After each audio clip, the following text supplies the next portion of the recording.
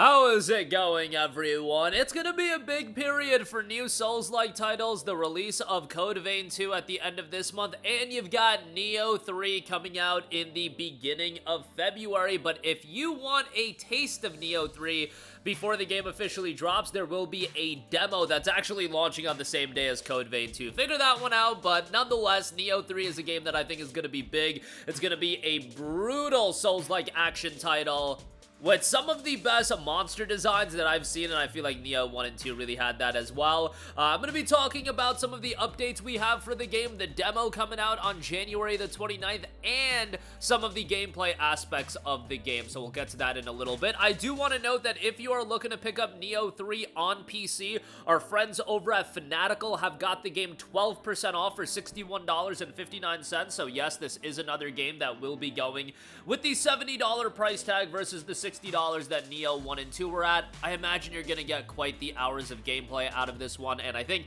this is one game that people are more willing to spend $70 on than Code Vein 2. That's just the general reception I see. I have said Nioh 1 and 2 are two games that I found to be absolutely brutal. Like, when I talk about the From Software games and Souls-like games in general, I put Nioh on another level. I think they're one level above even that, but Nioh 3 I think looks incredibly stylish.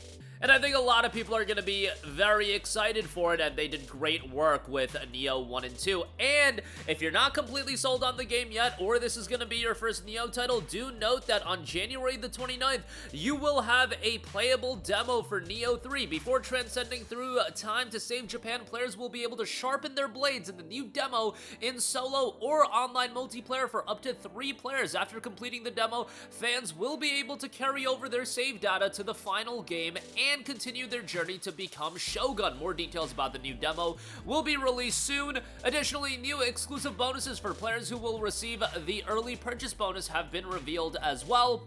Those are some of the pre-order bonuses that you can get, but the demo will be available on January the 29th. So again, this is gonna be an incredibly challenging game, and I'm a little bit fearful of getting back into Nioh, to be honest. It's been quite the year since Nioh 2 dropped. I want to say it's been 6 years since Nioh 2 originally came out, but yeah, a lot of people are gonna be very excited on that one. Also, with Nioh 3, one of the big aspects of this game is the two different style of tactics and gameplay styles that you're gonna have. You've got Samurai style. That is a style that confronts enemies head-on by enhancing the power of martial arts techniques with arts proficiencies, and by using Deflect to block enemy attacks at the last moment, breaking through with high-powered moves. Now, that is going to be the class if you want to take things directly on. However, we do also have the ninja style, which I think this is going to be something for people to check out, and I hate to draw the Ninja Gaiden comparisons, but definitely it's going to be something that gives you a bit of a Ninja Gaiden vibe.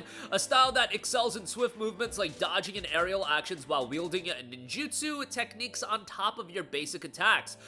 With Samurai, you will have arts proficiencies. Arts proficiency is active, strong attacks, and martial arts will be enhanced. You'll be able to deflect by guarding enemy attacks with precise timing.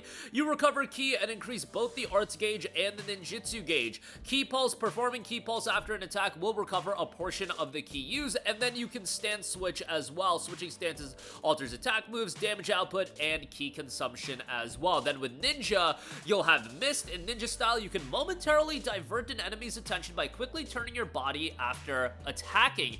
Ninjutsu will be available as well. Range attacks such as Shuriken, as well as special moves to quickly approach enemies. You'll be able to evade more swiftly. Successfully evading an enemy's attack with evade will recover ki, as well as replenish your ninjutsu gauge and arts gauge. Dodging provides you with a long period of invulnerability and allows you to immediately dodge again forward. Footstool jump. Use a footstool jump to stagger an enemy and land behind them. With the ninja style of play, it is definitely more so geared towards your movement and being nimble and swiftly evading throughout as well. But with both a Samurai and Ninja, you will have a plethora of different weapons to utilize as well. With the Samurai class, you'll have swords, dual swords, spears, axes, odachi, switchglaives, and more. And then with Ninja, you will have a variety of ninja swords, dual ninja swords, kusarigama, tonfas, hatchets, split glaives, and talons as well. A lot of them, you know, it's gonna be right up your alley if you play Ninja Gaiden, and that's definitely something I will want to check out. Now,